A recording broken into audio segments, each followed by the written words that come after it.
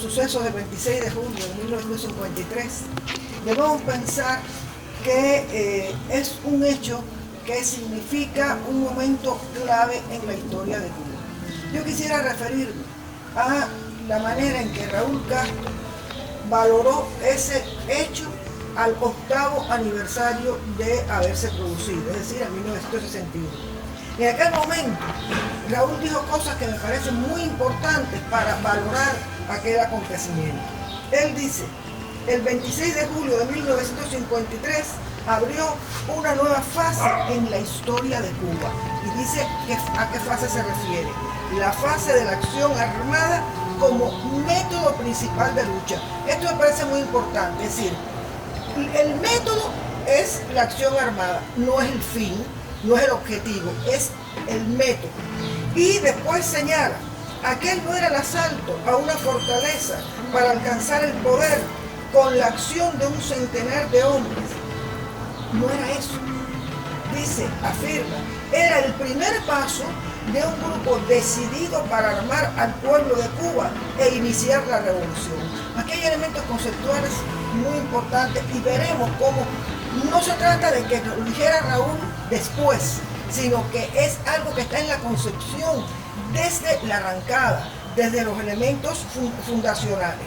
Es decir, no es un grupo que va a librar el combate solo, tomar el poder y ya, sino que es un grupo que va a tratar de movilizar al pueblo. ¿Y para a qué? Para hacer la revolución.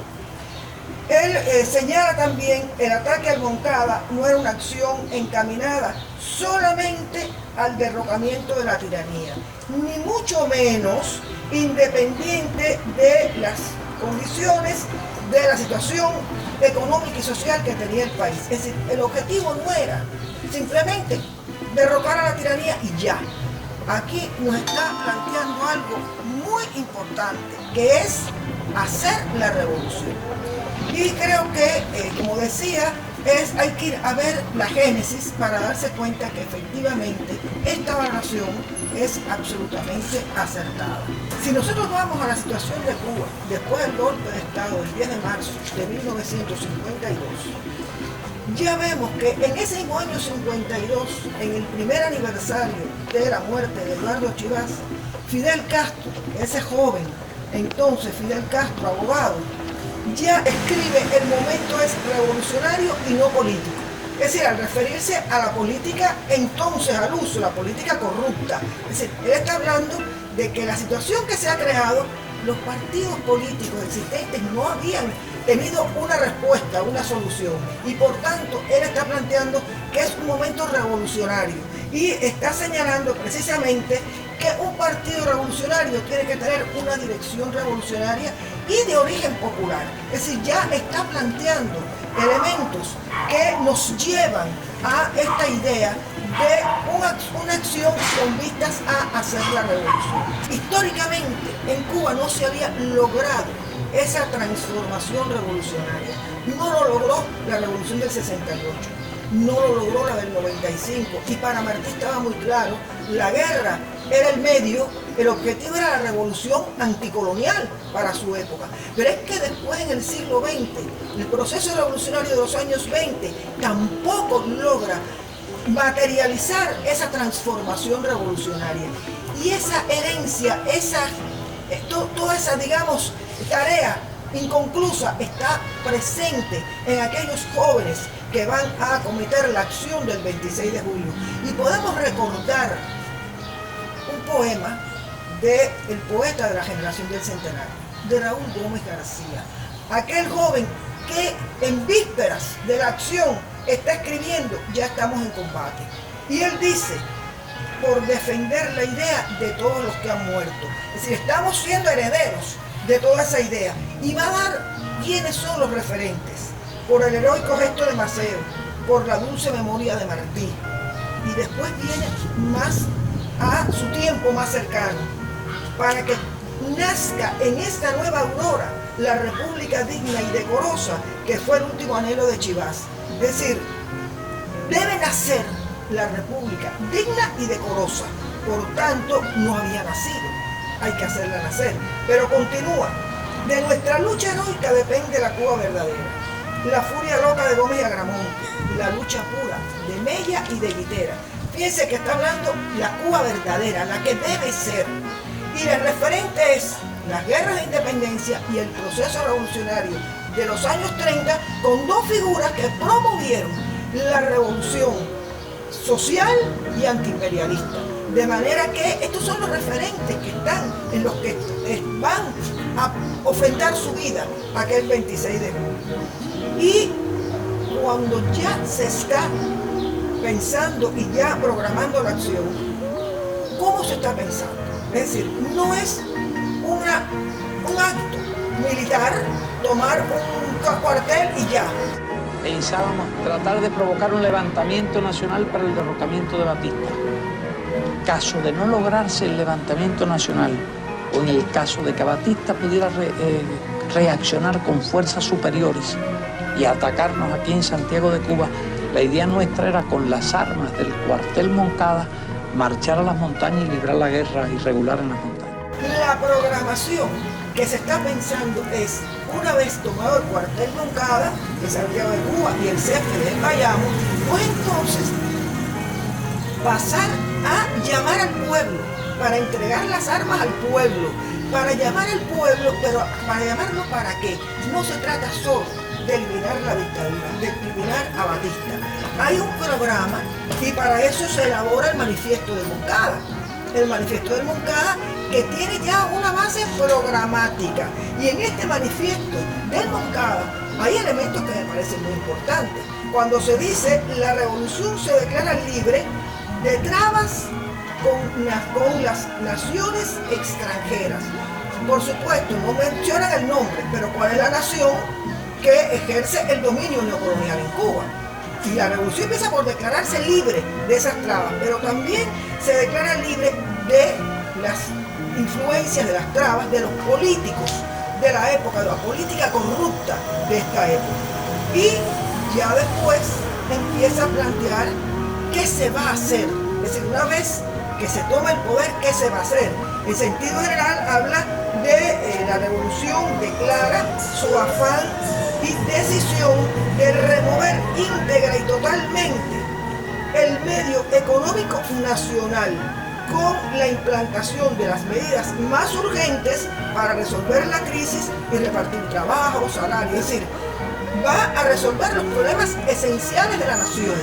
Ya esto está en el manifiesto del Moncada. Y se habla también de que la revolución declara su respeto y veamos hacia qué grupos, a los obreros y los estudiantes, y los califica como masas acreditadas en la defensa de los derechos del pueblo cubano. Evidentemente habían sido los grupos protagonistas en el proceso revolucionario de los años 30 y son los que ahora se están rescatando, aunque también habla, por supuesto, dice que augura a ellos y a todo el pueblo la plasmación de una total y definitiva justicia social. Yo siempre que leo esto, la definitiva justicia social, recuerdo la carta de José Martí a Juan Gualberto Gómez, donde le dice: conquistaremos toda la justicia. Es decir, está ese sentido de justicia, pero justicia social y justicia para todos. Esto, como sabemos, no se logra plasmar en aquel momento. La acción no logra, desde el punto de vista militar, el éxito que se había planificado. Y es un hecho que va a dar a este país una nueva riqueza en cuanto a una nueva dirección y también a un nuevo martirologio, porque conocemos el horror que ocurrió allí con los que habían cogido prisioneros, los crímenes, conocemos todas las torturas, todo aquello horrible que allí ocurrió. Pero, como decía, va a dotar al país de esa nueva vanguardia y de esos nuevos símbolos, como puede ser Abel Santa María, como puede ser Mario Muñoz, como, en fin, José Luis Casende, en todos aquellos mártires. Y sobre todo va a dotar a la revolución de esta nueva dirección con una proyección programática.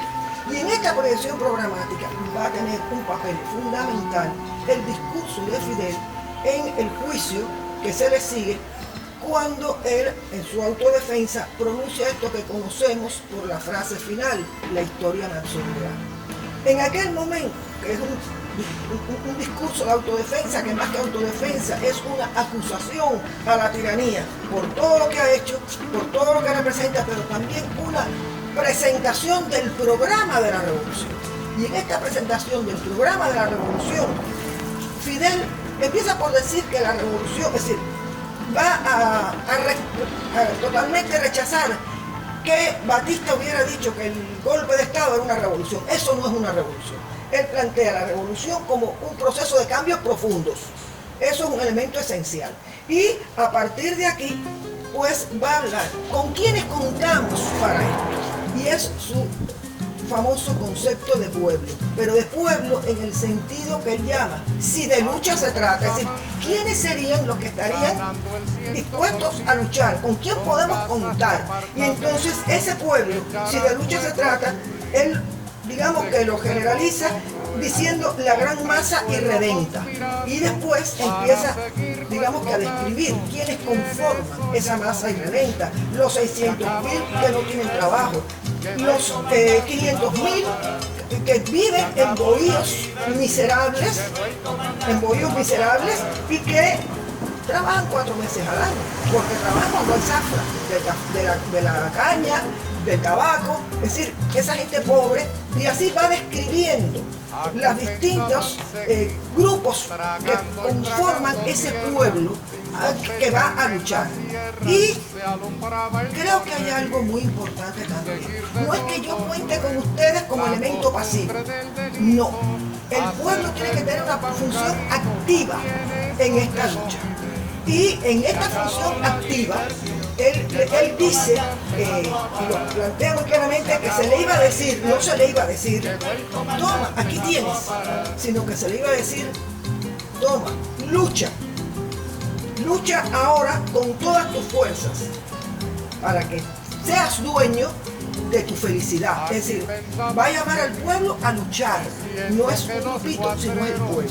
Y va a plantear los 6 problemas esenciales que la revolución debía resolver: el tema de la tierra, el tema de la industrialización, el tema del desempleo, el tema de la salud, el tema de la educación, en fin, los problemas esenciales que debía resolver de inmediato la revolución. Y también Fidel da a conocer, junto a los 6 problemas fundamentales que plantea, las leyes que se pondrían en vigor de inmediato. Es decir, que hay toda una proyección programática. De ahí que cuando pensamos en los sucesos del 26 de julio de 1953 en Santiago de Cuba, en Bayamo, tenemos que pensarlos, sí, recordando a los héroes, recordando a los mártires, pero también pensando que es un hecho que va a dar un cambio fundamental para la historia de Cuba y que va a abrir todo un camino, que es el camino de hacer la revolución en la búsqueda de esa justicia social.